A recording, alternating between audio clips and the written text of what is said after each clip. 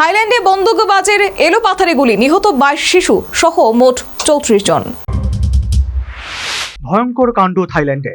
এক প্রাক্তন পুলিশ অফিসারের এলোপাথারি গুলিতে এখনো পর্যন্ত প্রাণ হারিয়েছে 22 জন শিশু। মৃতদের তালিকায় রয়েছেন আরো 12 জন।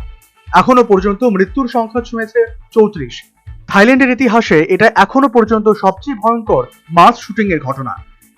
সংবাদ সংস্থা সূত্রের খবর, থাইল্যান্ডের একটি স্থানীয় সংবাদ মাধ্যমকে ওই স্কুলের এক নিরাপত্তারক্ষী জানিয়েছেন তার পেটে গুলি লেগেছে, তারপরেও তিনি পালিয়ে আসতে পেরেছেন।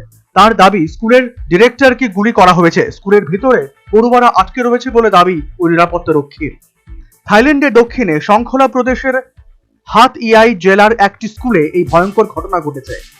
গুলি চালানোর পরেই প্রাণে বাঁচতে বহু পড়ুয়া স্কুল থেকে পালিয়ে বাইরে বেরিয়ে আসে। স্কুলের ভেতরেও একাধিক পড়ুয়া ও শিক্ষক আটকে পড়েছেন বলে স্থানীয় সংবাদ মাধ্যম সূত্রের খবর। ঘটনাস্থলে পৌঁছেছে পুলিশ বাহিনী। বন্দুকবাজের সঙ্গে আলোচনা করে স্কুলের ভেতরে যারা আটকে পড়েছে তাদের যাতে নিরাপদে রাখা যায় তার চেষ্টা করা হচ্ছে বলে সূত্রের খবর। স্থানীয় সংবাদ মাধ্যম সূত্রের খবর, হামলাকারীর পরিচয় খোঁজার চেষ্টা করা হচ্ছে, তবে মনে করা হচ্ছে ওই হামলাকারী একজন প্রাক্তন পুলিশ অফিসার। কি কারণে এই হামলা করা হয়েছে তার কারণ জানার চেষ্টা করছে সে দেশের পুলিশ। থাইল্যান্ডের সংবাদ মাধ্যম অনুযায়ী কিছুক্ষণের মধ্যেই হামলাকারীকে ধরা হয়েছে। আটক পড়ুয়াদের ছাড়িয়ে আনা হয়েছে।